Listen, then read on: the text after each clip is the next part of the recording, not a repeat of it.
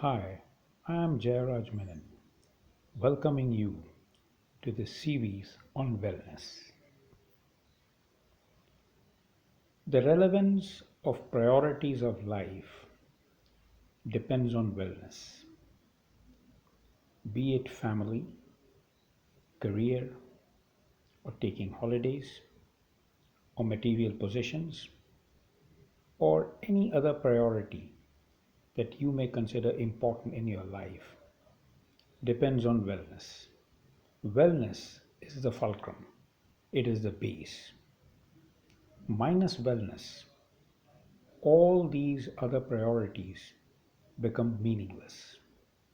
Yet, wellness itself is not a priority. The big question is, why is wellness not a priority? This lack of priority is because of ignorance of facts. What are those facts? Well, to begin with, let's take a look at the way wellness is defined.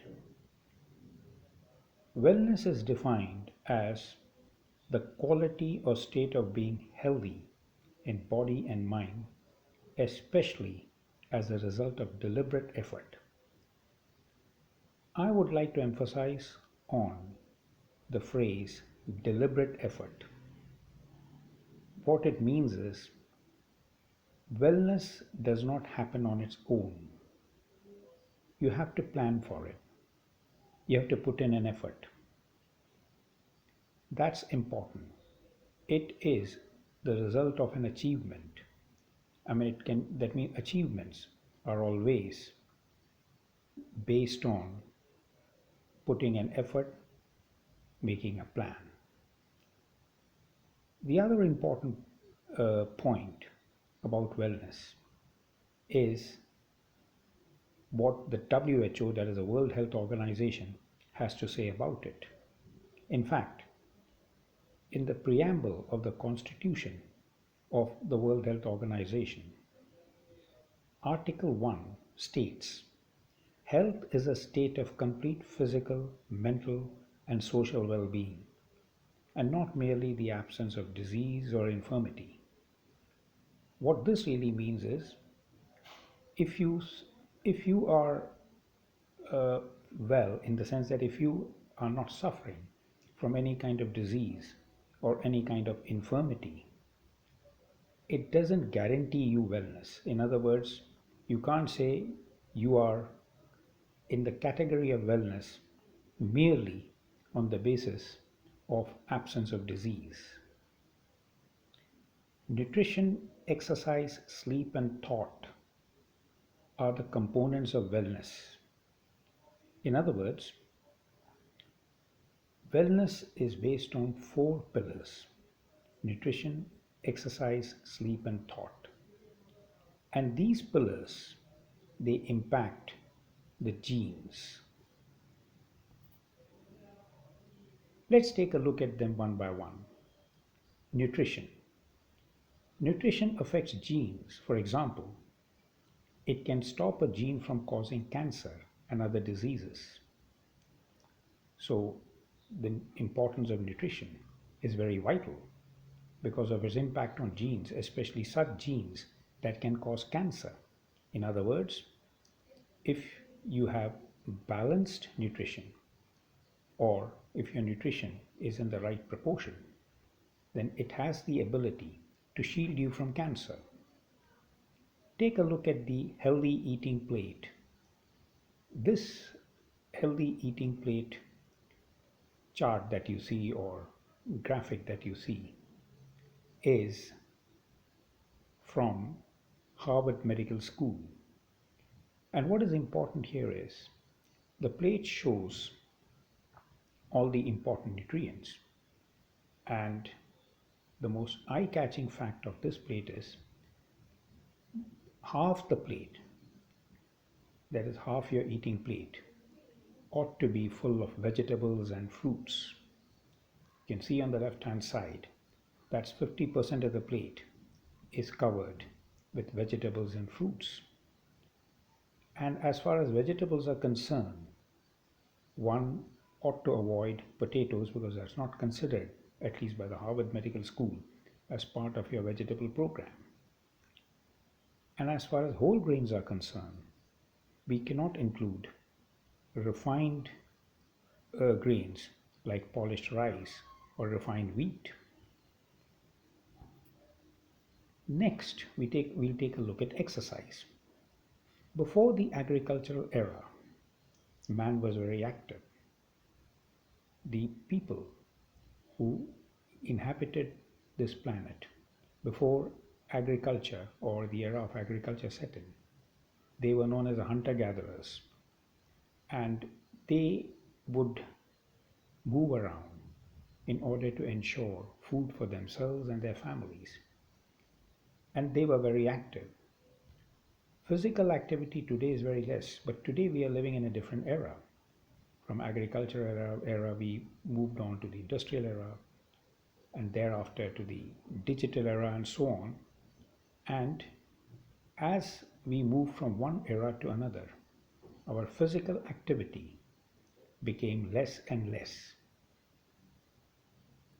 Today our physical activity is less, but the ironical part of it, or what has to be considered or understood here, is we still carry the genes in our bodies, the genes of the hunter gatherers, our hunter gatherer ancestors.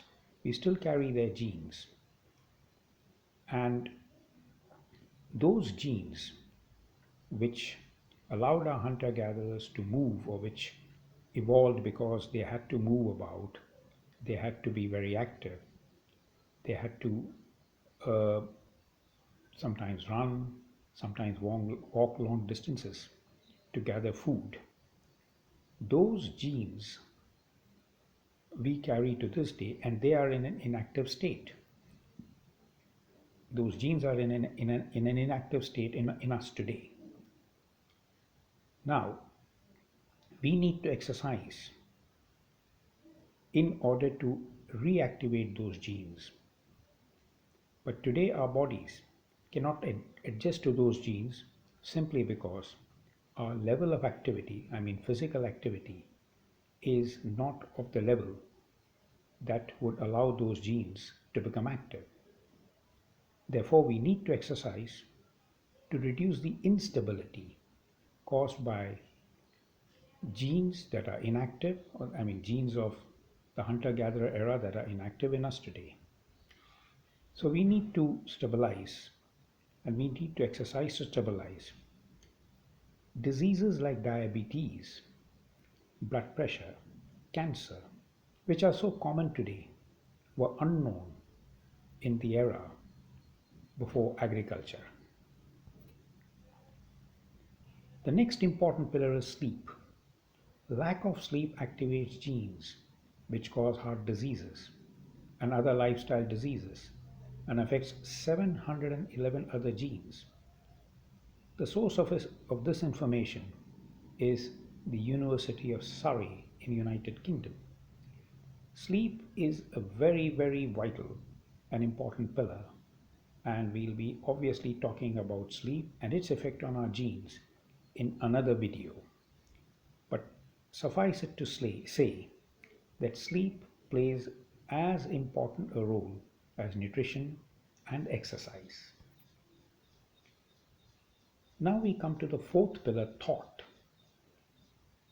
Thought is more psychological in nature, it's mental in nature, and genes causing stress are affected by thought. Now we have a gene in our bodies which activates stress hormones whenever we are under any kind of threat, or when we are tensed, in other words, when we are under some kind of tension. Thus, the stress hormone genes can also cause or lead us to various kinds of ailments. Therefore, we need to be trained in this aspect as well. We need to understand the effect of thought on our bodies and our overall health. This much information should make you give top priority to wellness. In other words, the priority you give to wellness ought to be higher than the priority you give to career, leisure, or possessions, or any other kind of priority that you may have.